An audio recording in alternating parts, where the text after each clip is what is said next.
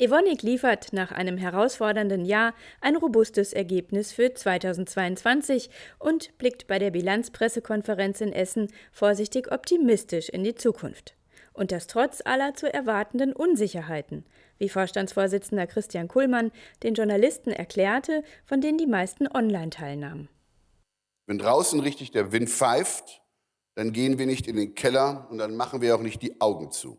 Wir ziehen auch nicht die Köpfe ein, sondern wir machen unser Haus wetterfest. Das Geschäftsjahr 2022 lief zunächst gut an und gehörte zu den stärksten der Konzerngeschichte.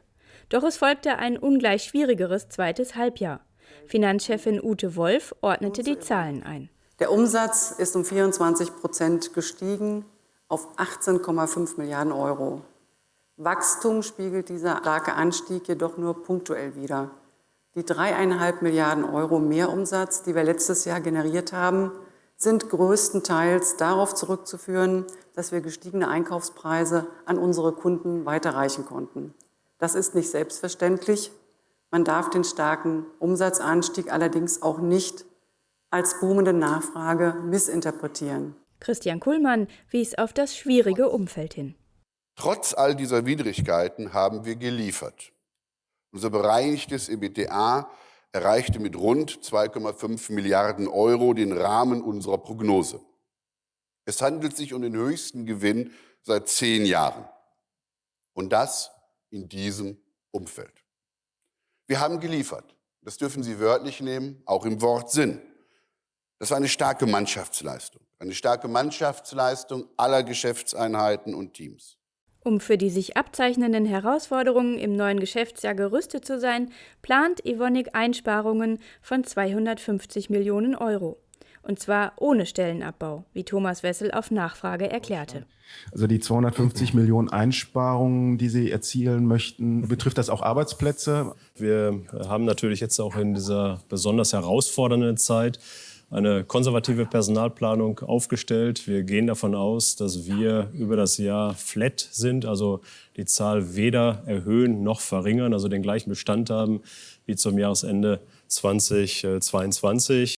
Außerdem treibt der Konzern die Fokussierung auf die Spezialchemie voran. Beim geplanten Verkauf der C4-Chemie bestünde kein Zeitdruck, so Harald Schwager. Wir brauchen keinen Fire Sale. Es handelt sich um ein gutes Geschäft.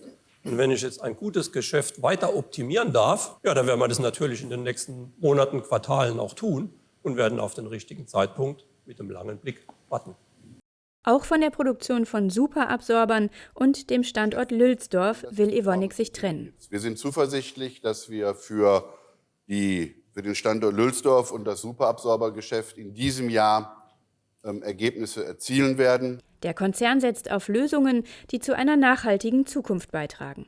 Einer der Pfeiler sollen dabei die sogenannten Next Generation Technologies sein, wie Harald Schwager erläuterte. Es handelt sich um Investitionen in Anlagen und Infrastruktur an und in unseren Standorten, mit denen wir die größtmögliche CO2-Einsparung erreichen, unsere Wirtschaftlichkeit verbessern und nicht zuletzt den Kundenbedarf an CO2-armen Produkten bedienen. Bis 2030 werden wir 700 Millionen Euro in diese Next Generation Technologies fließen lassen. Wie weit Evonik wiederum bei den Next Generation Solutions ist, also Produkten mit einem überlegenen Nachhaltigkeitsnutzen, erklärte Thomas Wessel. Heute erwirtschaften wir mit Next Generation Solutions 43% unseres Umsatzes. Evonik hat sich vorgenommen, bis 2030 mehr als 3 Milliarden Euro in das Wachstum der Next Generation Solutions zu investieren, um ihren Anteil auf über 50% zu steigern. Jenseits der strategischen Ausrichtung spielte auch das Erdbeben in der Türkei und Syrien eine Rolle. Der Konzern selbst hatte 100.000 Euro als Ersthilfe gespendet. Spenden der Belegschaft wird Evonik zusätzlich verdoppeln. Mehr als 100.000 Euro sind bereits erreicht. Diese Hilfsbereitschaft macht mich stolz auf unsere Belegschaft. Ich bin aber auch dankbar, dass unsere Mitarbeiterinnen und Mitarbeiter unser Unternehmen in diesen schwierigen Zeiten weitergebracht haben. Evonik ist trotz aller Krisen auf Erfolgskurs geblieben. Und ganz herzlichen Dank an unsere Beschäftigten für diese wirklich tolle Teamleistung. Eine ganz besondere Veranstaltung war die Pressekonferenz für Finanzvorständin Ute Wolf. Sie verlässt Evonik Ende März nach 17 Jahren auf eigenen Wunsch. Vorstandschef Christian Kullmann dankte ihr herzlich.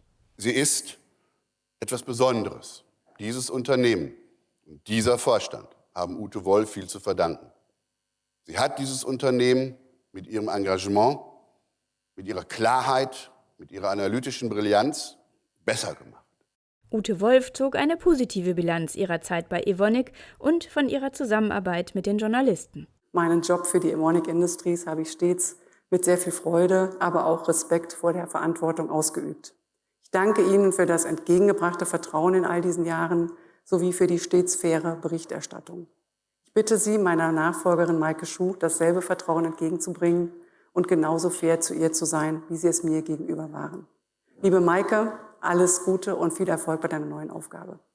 Als neue Finanzvorständin wird Maike Schuh ab April im Vorstandsteam mit daran arbeiten, die Jahresziele für das laufende Jahr zu verwirklichen. Für 2023 erwarten wir ein EBITDA zwischen 2,1 und 2,4 Milliarden Euro. Das ist ein ambitioniertes Ziel angesichts einer eher flauen Konjunktur. Aber wir bleiben aus einer Vielzahl guter Gründe zuversichtlich und das vor allen Dingen für das zweite Halbjahr. Evonik, leading beyond chemistry.